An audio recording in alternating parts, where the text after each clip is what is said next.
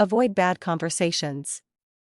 One of the most interesting and fun parts of having a social media site is being able to jump into any conversation you feel you can share an idea or opinion about with people from all different parts of the world. Working as a social media virtual assistant, where marketing is one of your main goals, the conversation pieces you hold are necessary. However, the quality and legitimacy of those conversations really do matter. As much as building relationships, human to human, is important, the quality of those relationships is also important. You may recognize that when meeting someone in person, you want to be approachable, sophisticated, and proper.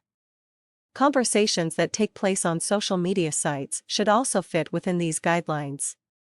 Conducting yourself in a professional manner shouldn't end until you're not working. It's normal to have bad conversations and good conversations. Bad ones may consist of mono voices, endless sentences, and quirky ways of expression. Good ones could also include quirkiness, but will also include meaning, depth, and less face value. The point here is, are you paying enough attention to yourself and the way you conduct your conversations? As a social media marketer or manager, most of your clients hired you because of your ambition, goals, and the way you spoke to them.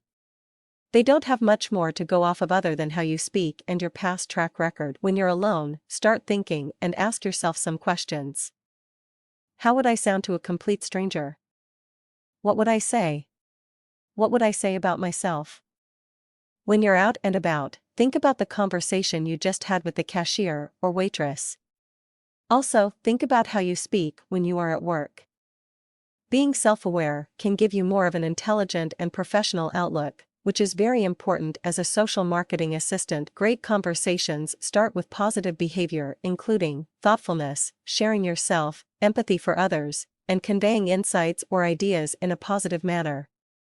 However, even when you are starting out positive, it can end up in a bad place. Here are 4 ways to avoid a bad conversation. 1. Don't be overly blunt when asking questions. When asking questions to another person, don't turn into a combat captain. Let the questions spawn organically, not brutally. Let the conversation unfold and ask questions so it can do so, but don't pry and come off too stern. That's scary. Point 2.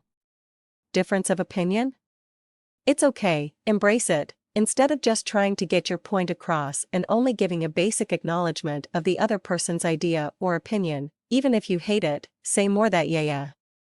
You want to engage the person and the conversation, whether to move them towards what you think is right or not. We're all humans and we're entitled to our opinions.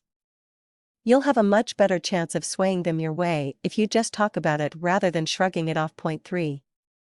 Don't go overboard when talking about yourself. The last thing a person wants to hear is a 2-hour conversation, where the one person speaks the entire time and it's all about them and their life. It's boring, wasteful, and just rude. Try to avoid this at all costs.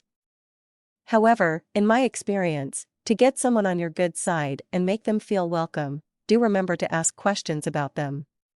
It creates a more comfortable atmosphere and portrays that you care. Point 4. Short, cryptic, one-way statements equals baddie. Love being witty, wise, or a smarty pants, whatever you want to call it, but there is a time and place for things like this, such as at home or once you know a person well and they know your personality. If you continue on this way, you may come off as a bit cold or mean. I know you probably don't intend it to be that way, but not all people are like you, so it's better to just be personable rather than disengaged. And short, great conversations are fluid, have depth, and are stimulating. They allow for connections to be made and can inspire. As a social media assistant and marketer, language is our art and we should provide the best.